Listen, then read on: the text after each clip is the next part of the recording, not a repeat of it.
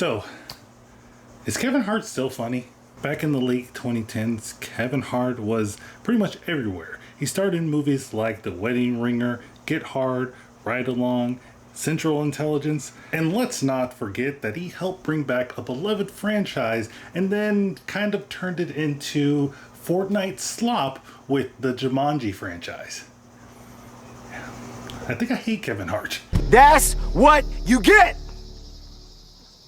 You laugh at me, you die! But other than the Jumanji films, I, for the most part, enjoy Kevin Hart comedies. They're not the best things out there, and Get Hard was kind of hard to get through, but it's Kevin Hart, so he'll take even some bad material like Get Hard and make something out of it and give you a couple of laughs. But hey, even I have to admit that even though he has driven the short guy joke into the ground, it's still funny every time. But I'm happy to report that 72 Hours is actually kind of funny. There's some fun to be had in this film. And while it doesn't quite go as far as I want an R-rated Kevin Hart comedy to go, we got something that was entertaining. And of course, I got to continue to give Kevin Hart his flowers because he makes this movie. I mean, you came to see Kevin Hart, he delivers with his Kevin Hart mannerisms. I always feel like he's having fun in his roles. You can genuinely feel like he's, really happy to be here and he's excited to be in the position that he's in. And I really love his comedic timing and his physicality. But for me, I like when comedians do physical work or add physicality to their comedy. It just elevates it more. I grew up on Jim Carrey, so that guy is the master of physical comedy. And this happens, midway through the film, but I don't want to spoil it. Don't want to give you any spoilers to this movie, but there is a scene having to do with Kevin Hart doing drugs multiple times and the aftermath of that event. And I can watch that over and over again. And this movie also has a gag reel at the end of the film, like during the end credits, when the credits are rolling, they have a gag reel going.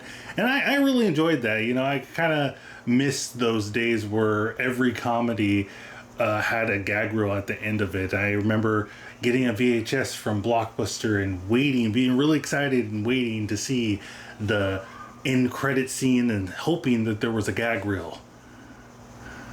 Damn.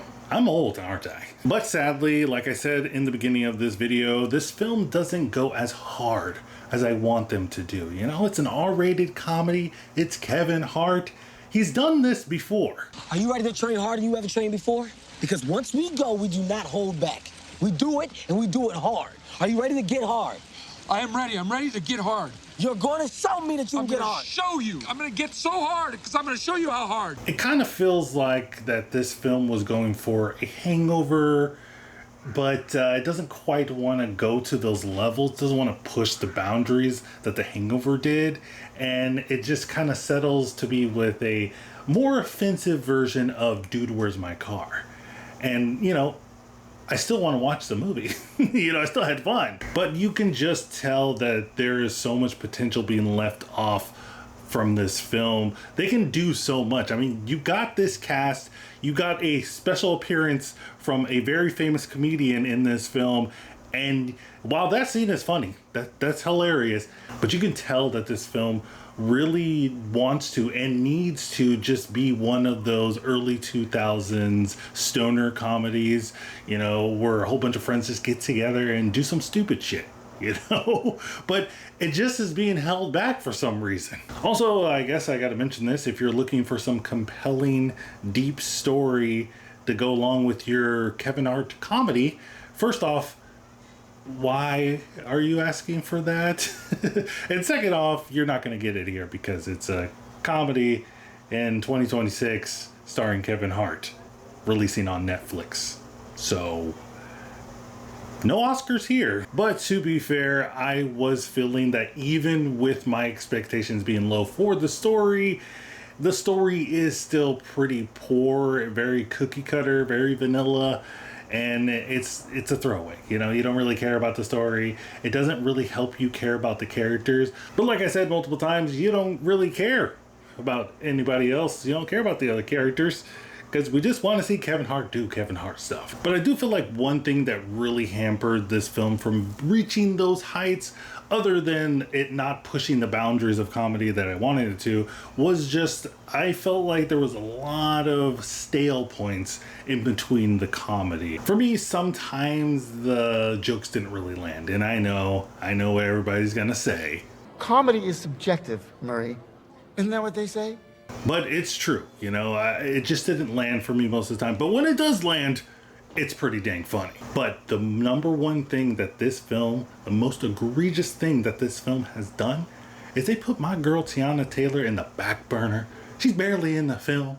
She shows up a couple of times, gives Kevin Hart a kiss, and just, that's it, you know? I don't know why Netflix did my girl like that, you know?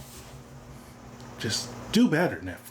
Overall, I think that 72 Hours is a decent enough film. If you're a fan of Kevin Hart's style of comedy, then you'll get some laughs, even if the film doesn't go as far with the jokes that I wanted it to do. And the story and the characters aren't really that interesting. But hey, if you have some time to spare and you want to watch a Kevin Hart R-rated comedy, then I think this is the one for you. As always, guys, let me know what you think in the comments down below. Did you like this movie? Did you hate this movie? What do you think about Kevin Hart as a comedian? Is he funny? Is he not funny? Let me know in the comments down below. But as always, guys, this is Straight to VOD, the #1 place you can get movie reviews for movies that no one else is talking about. I'll see you next time. That's what I got to deal with? Because you can't walk? It's getting fucking ridiculous.